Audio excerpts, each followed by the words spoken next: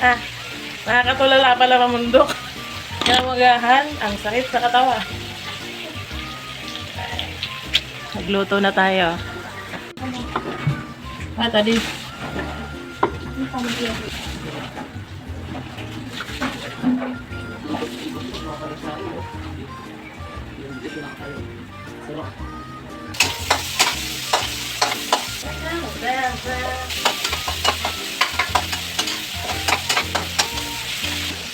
Nag-order ka? Nakakunin mo na ba sa ako? Mga ano lang. Luto si Rie. 10 seconds pa lang.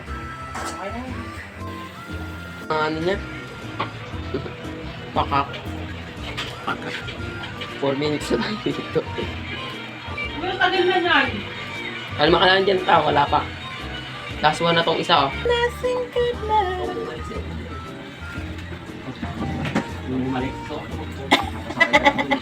Gusto niya pumunta doon sa private property.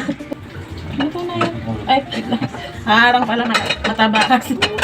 Ayun lang singaw agad. Ang aga-aga pa. Kailangan talaga nating magbabad. Okay, dan. Magtutok ko sisig tayo. Kulang pa naman si swimming pool. Ako kasama. Baka pumunta ka na naman sa private property.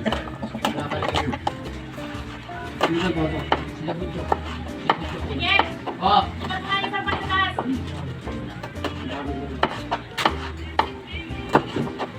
Sabi nila, wala ba kayo magpausap? Nakita? Opo. Nakita ha? Opo. May hindi ah. Sa ating pakwang sisig. Yung ano, titikman natin yung may sauce. Ano ang lasa ng sauce? Kumain na. Mmm! Perfect.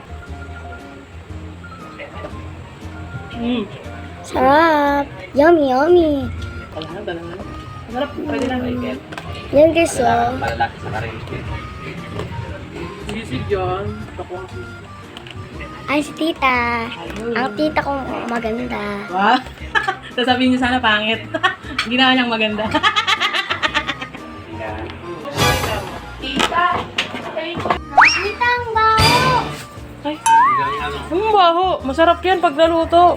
Oh, bagong yan. Lalagyan sa mangga. Ha? Mabaho?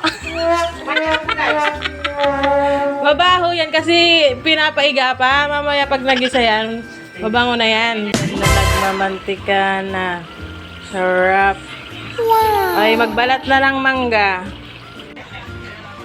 Ay, dilaw na. Sarap na ito sa bagoong. Lagi ko ito ginagamit.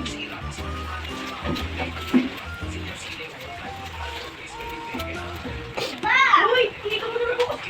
Wait, hindi. Hindi ka muna ako. Ay, dilaw na. Sarap. Ito na guys. Tapos nag-isa ako ng bagoong. Ay, sarap. Teka na.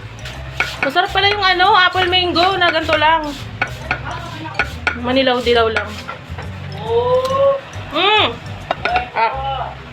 Ayang, laglag. Ang sarap! Dinig pa nito yung ano, lechon. Dali. Hop. Maghahalo yung asim, tamis, alat. Halo. Sarap.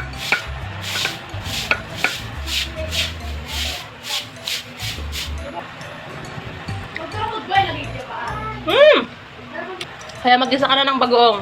Tapos manguha ka na rin ng mangga. Ayun lang. Nang inggit.